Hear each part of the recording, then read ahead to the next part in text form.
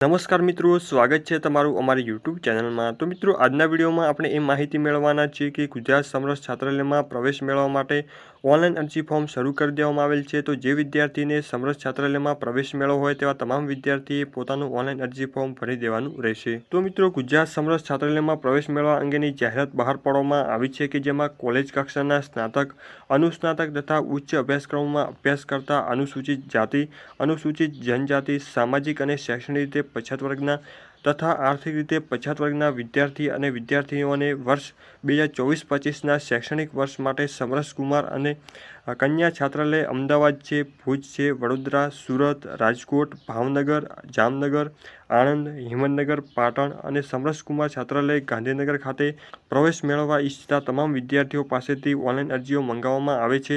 એટલે કે તારીખ 27/5/2024થી લઈને તારીખ 20/6/2024 સુધીમાં તમારે ઓનલાઈન અરજી ફોર્મ ભરી દેવાનું રહેશે।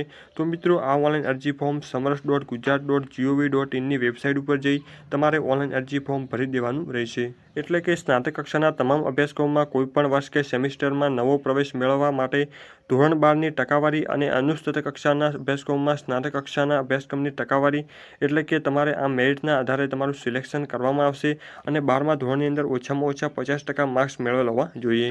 આ ઉપરાંત સમરસ છાત્રાલયમાં અગાઉના વર્ષમાં પ્રવેશ મેળવેલ હોય તેવા રિન્યુઅલ વિદ્યાર્થીઓએ પણ ફરજિયાતપણે પોતાનું ઓનલાઈન અરજી ફોર્મ ભરવાનું રહેશે।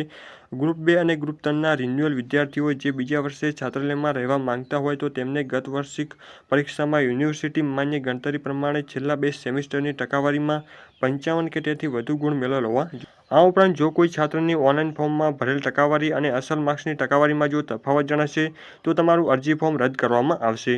આ ઉપરાંત સમરસ છાત્રાલય જે જિલ્લામાં આવેલ છે તે જિલ્લાની કોલેજ ખાતે અભ્યાસ કરનાર છાત્રો જ પ્રવેશપાત્ર ગણાશે। તો મિત્રો, જે વિદ્યાર્થીને સમરસ છાત્રાલયમાં એડમિશન લેવું હોય તો તેવા વિદ્યાર્થીએ તારીખ 27/5/2024થી લઈને તારીખ 20/6/2024 સુધીમાં પોતાનું ઓનલાઈન અરજી ફોર્મ ભરી દેવાનું રહેશે।